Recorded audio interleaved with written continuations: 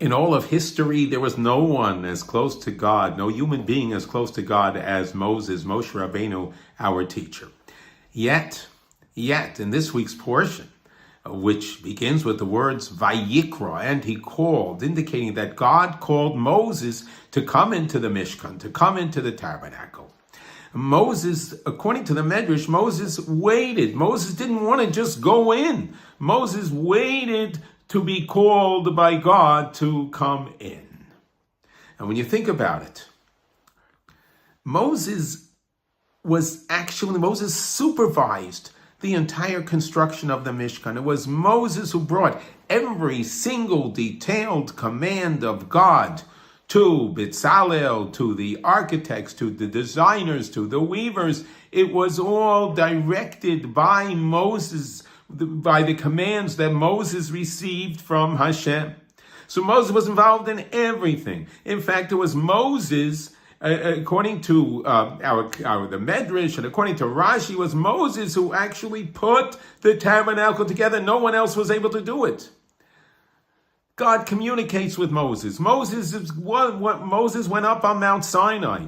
Moses was the one who was the emissary, the message of God to communicate with Pharaoh. Moses was the one who brought the message of God to the Jewish people. Moses was the one who was the leader of the Jewish people to generate the splitting of the sea and the miracles that took place in the desert. Moses has a very, very close relationship with God. Yet this portion begins, Vayikra. Moses didn't want to go in until he was called.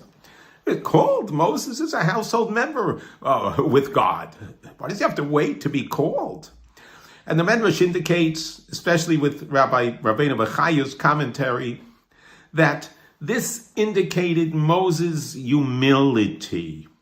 He didn't want to go in until he was called. Rabbi Eliezer Schlesinger explains, but still, Moses was so close to God. Moses was the epitome of a humble person. What is a truly humble person? And you look at the Torah and you see the commands of God for every single thing that was constructed. It was in the Mishkan, Kasher Tziva Hashem es Moshe, as God commanded Moses, as God commanded Moses, as God commanded Moses. Towards the end of the book of the Devarim, God calls Moses his servant. And that was Moses, the one who generated all those miracles. Moses, the amazing leader. Moses, the one who was the household member with God.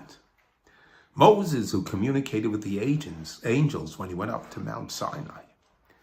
Moses didn't want to go into the temple, into the tabernacle, until he was called. Why? Because Moses did not take credit for himself. Because everything that Moses did, he considered himself, I am an Eved of Hashem. I am serving God.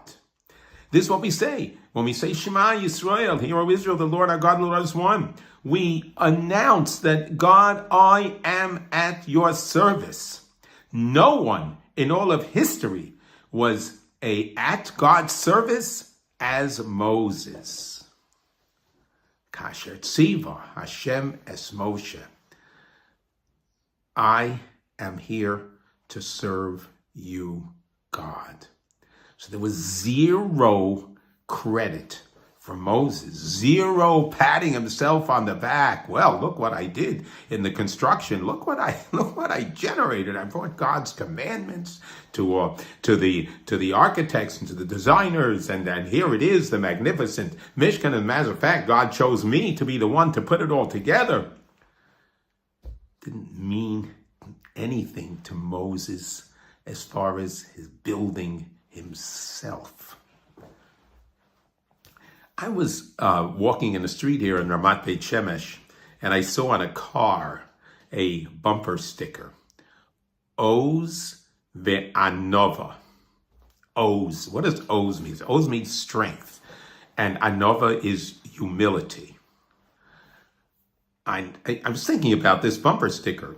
It's really, does it blend? Does it combine? Oz is more than strength. Oz is a kind of brazenness. Oz is a kind of, I'm moving forward, nothing can stop me. That's what Oz is.